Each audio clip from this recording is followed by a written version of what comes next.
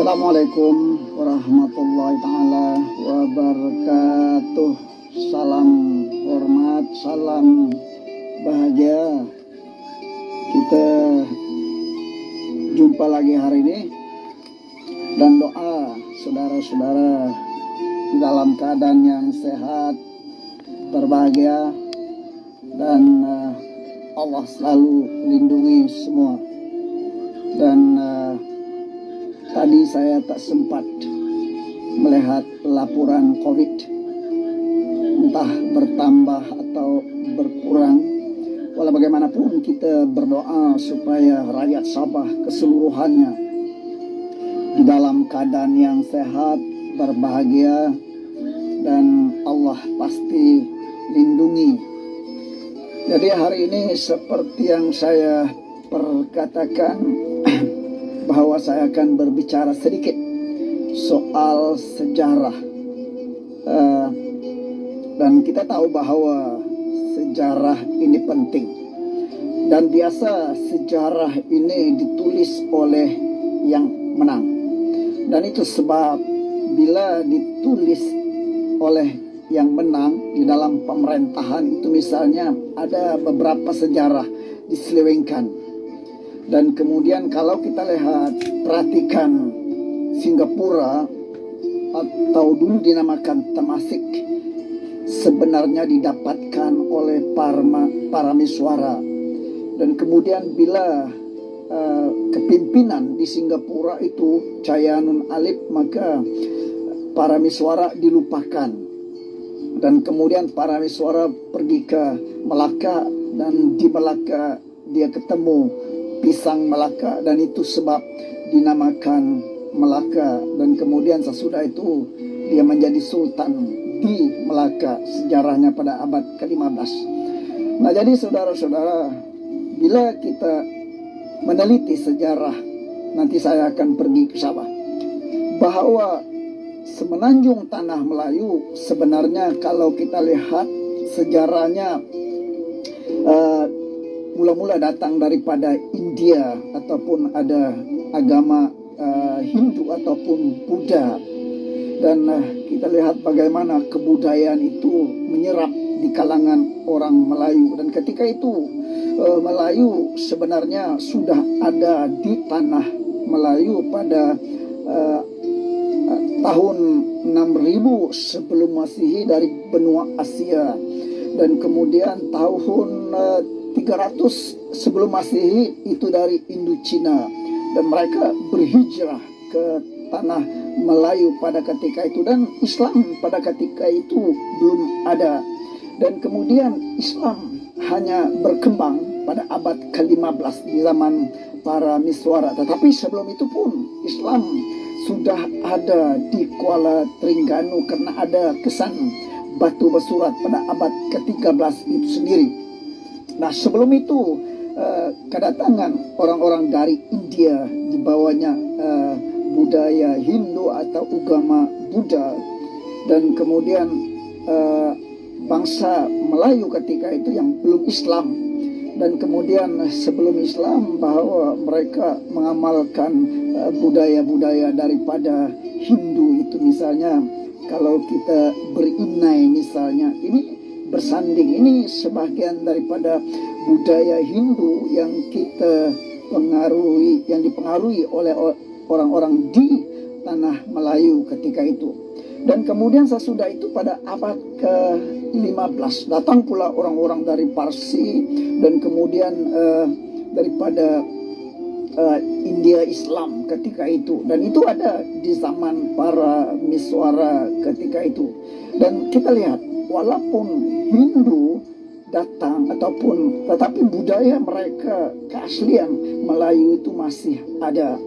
Dan kemudian datang pula budaya Islam daripada Parsi ataupun Arab, tetapi orang Melayu masih dengan budaya mereka. Dan orang-orang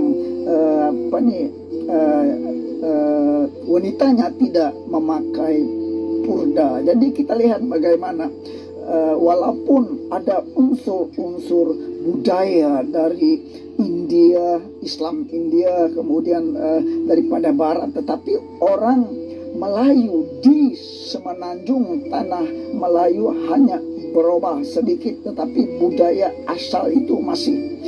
Dan kemudian kita perhatikan, itu sebab yang saya katakan tadi bahwa orang Melayu Islam di tanah Melayu berbeda dengan orang Arab di tanah Arab. Dan kemudian juga orang Melayu Islam yang ada di tanah Melayu tidak sama seperti orang agama Buddha atau Hindu daripada India, walaupun pertembungan budaya itu masuk ke kawasan Kepulauan Melayu ketika itu. Nah, jadi ada orang mengatakan orang Barat bahwa orang Melayu tidak ada punya keaslian, dan Barat selalu mengatakan sedemikian, dan demikian juga tuduhan mereka terhadap orang-orang Negro bahwa katanya Negro tidak punya budaya yang asli dan mereka hanya meniru budaya lain. Tetapi kita rujuk kenyataan Profesor George Kodas bahwa katanya sistem pertanian sebelum kehadiran Hindu misalnya, sebelum kehadiran Buddha ataupun sebelum kehadiran Barat, bahwa sistem pertanian persawahan sudah ada di tanah Melayu, dan termasuklah cara mereka menternak lembu. Dan ini sebagian daripada budaya asal orang-orang Melayu sebelum kehadiran Hindu misalnya, Buddha ataupun orang-orang Arab ataupun orang-orang Inggris. Dan kalau kita lihat juga logam yang dijadikan alat perkakas ketika itu, dan ini sebagian daripada Melayu, bangsa yang ada di tanah Melayu. Dan kemudian orang Melayu misalnya kalau kita lihat sejarah Panglima Awang sudah tahu bagaimana memandu layar ketika itu. Jadi budaya Melayu ketika itu memang sudah ada, cuma hadirnya orang-orang Hindu dari India ataupun dari Arab, maka ada sedikit perubahan. Dan kemudian kalau kita berbicara soal sosial misalnya, dan di kalangan orang Melayu di tanah Melayu bahwa Islam, orang-orang wanita itu diutamakan ataupun disanjung ataupun dihormati, seperti juga saranan ataupun ajaran-ajaran Nabi Muhammad bahwa wanita itu adalah di atas, dihormati dan disayangi. Dan kemudian sawah perairan seperti yang saya katakan. Dan kemudian juga bahwa kepercayaan animisme ataupun semangat, misalnya semangat padi, semangat puja arwah datu ketika itu. Waktu saya kecil-kecil masih lagi ada waktu itu kuburan tempat orang minta nomor ekor, dan ini pemujaan kepada semangat kubur datuk nini moyang ketika itu. Dan kemudian puja tempat, misalnya bukit, gunung, hutan atau laut.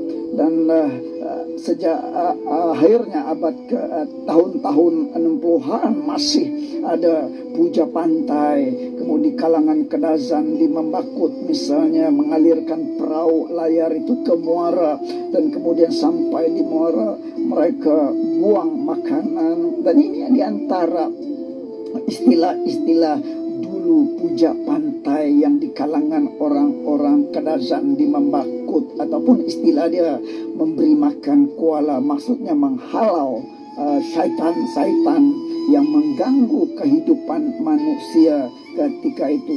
Dan kemudian juga kalau kita lihat dengar sejarah dongeng ataupun yang kepercayaan laut dan gunung yang tadi saya katakan itu, dan ini memang menjadi kepercayaan orang-orang kita di Malaysia ini.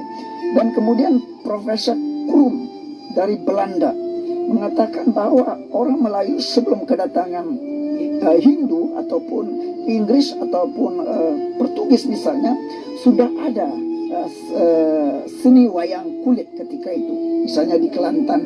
Kemudian pencoragam, kengalan seperti juga yang ada di Indonesia. Kemudian unsur-unsur ciptaan batik. Dan ini sebenarnya budaya Melayu, orang-orang di semenanjung tanah Melayu, termasuklah di kepulauan-kepulauan yang di bawah gugusan tanah Melayu ini. Dan awal abad ke 2000 tahun sebelum Masehi sudah ada konsep beraja di Hindu ataupun Buddha, dan ini sebagian daripada anutan ataupun yang menjadi tradisi orang-orang di Semenanjung ini, yang menjadi ada raja itu. Kemudian kalau kita lihat Parameswara pun asalnya dari Majapahit dan kemudian menjadi sultan di Melaka ketika itu setelah dia mendapatkan Singapura, termasuk kemudian dia berhijrah ke Melaka ketika itu. Kemudian kita baca juga dongeng Ramayana, Purana, dan macam-macam buku Sanskrit ketika itu, dan dari Sungai Gangga di India. Dan kemudian jalankan Dhamma Sastra atau hukum suci kepercayaan orang-orang Hindu ketika itu.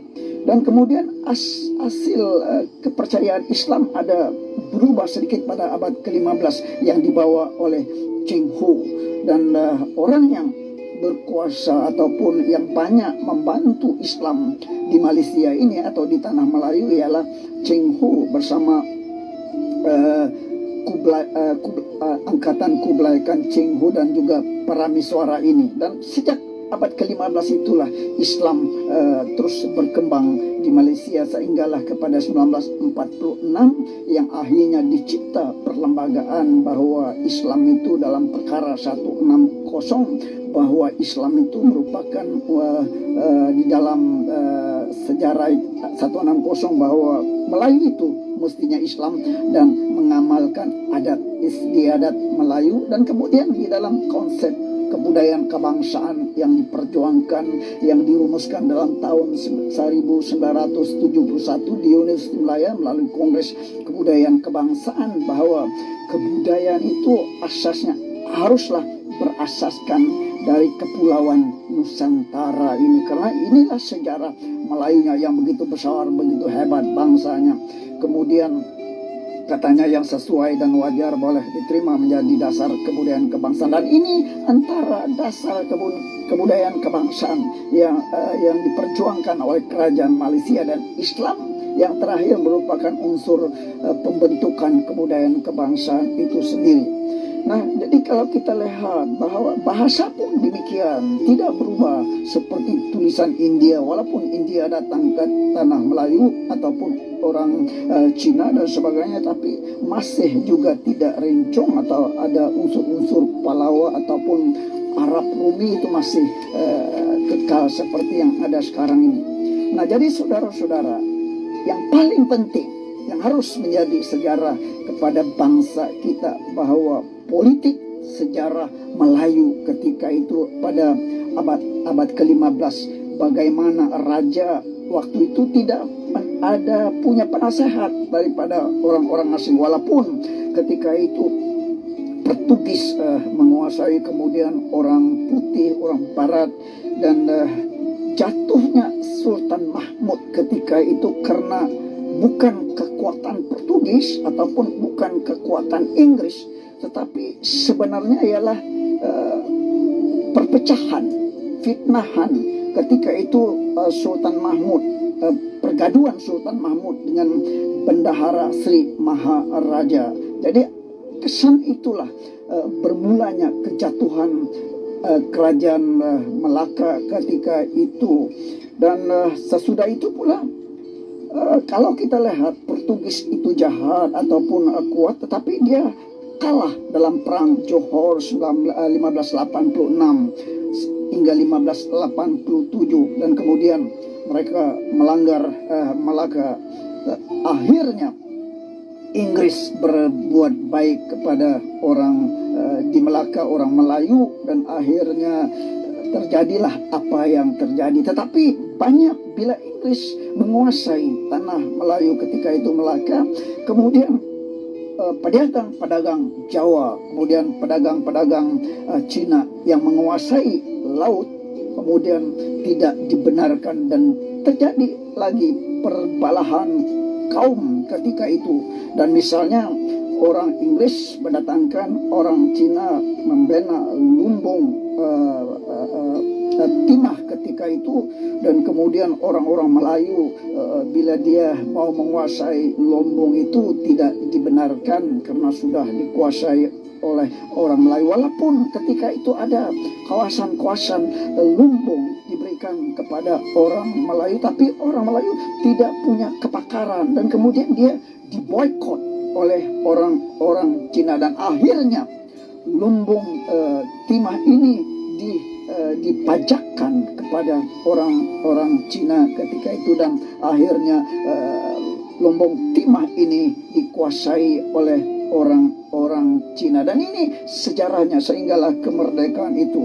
Dan kemudian Inggris, kita tahu bahwa Inggris ini tidak boleh dipercayai karena mereka pura-pura berbuat baik, dan kedatangan Inggris pun kita harus paham bagaimana Syarikat India Timur pada mulanya menguasai ekonomi di tanah Melayu, di semenanjung tanah Melayu, dan ekonomi harus menjadi pegangan mereka, dan sesudah itu baru mereka menguasai dunia politik, dan hampir 400 tahun bagaimana Inggris menjajah tanah Melayu ketika itu, bila mereka melihat kebobrokan ataupun yang menjadikan orang-orang Melayu berpecah, dan kemudian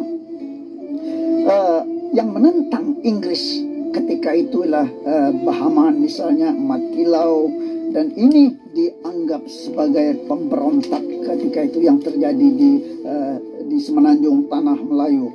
Dan kemudian Belanda sebenarnya ketika itu hanya menguasai kota-kota.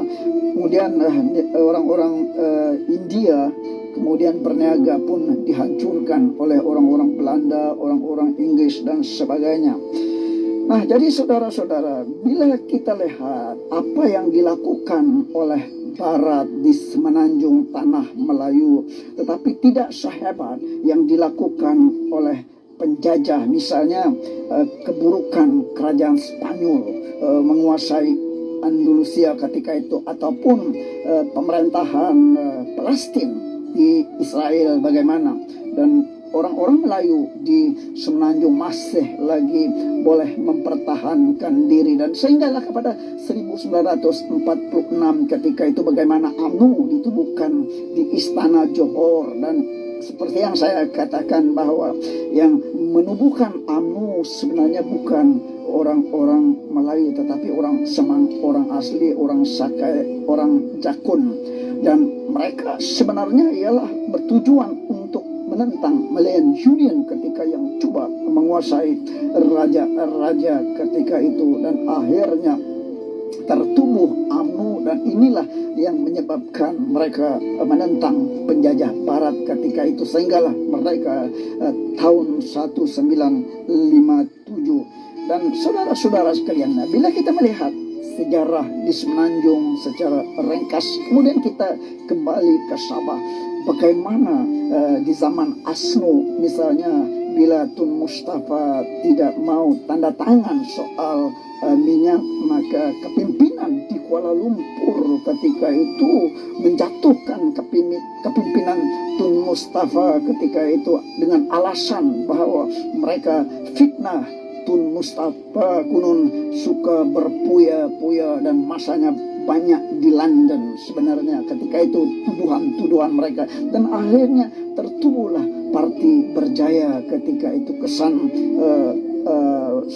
dukungan dari Kuala Lumpur. Dan kita lihat bagaimana siapapun yang menjadi pemimpin memperjuangkan hak rakyat Sabah, bahwa ada gulungan-gulungan dari Malaya yang tidak suka. Dan kalau dulu barangkali kita ini dijajah oleh orang Barat, orang Inggris, tetapi penjajahan yang berlaku sekarang ini bukan Inggris, tetapi orang seberang dan orang yang mau mengaut segala keuntungan yang ada di Sabah ini. Dan kemudian sesudah berjaya memerintah ketika itu atas perintah Tun Razak ketika itu, dan kemudian mereka ditubuhkan pula PBS ketika, dan saya akui bahwa kepimpinan PBS memang terbaik dan mereka berjuang untuk rakyat Sabah. Tetapi kesan ada lagi dari Semenanjung yang tidak senang dengan kepimpinan Datuk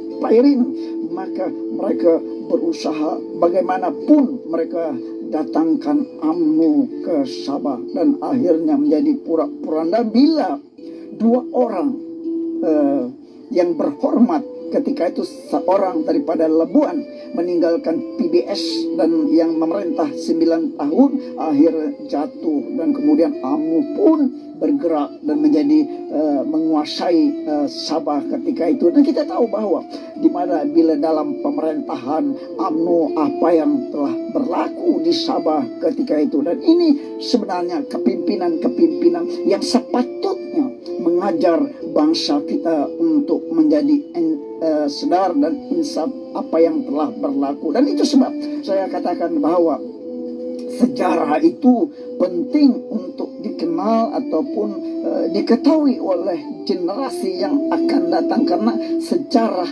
adalah menjadi pengajaran untuk anak bangsa kita.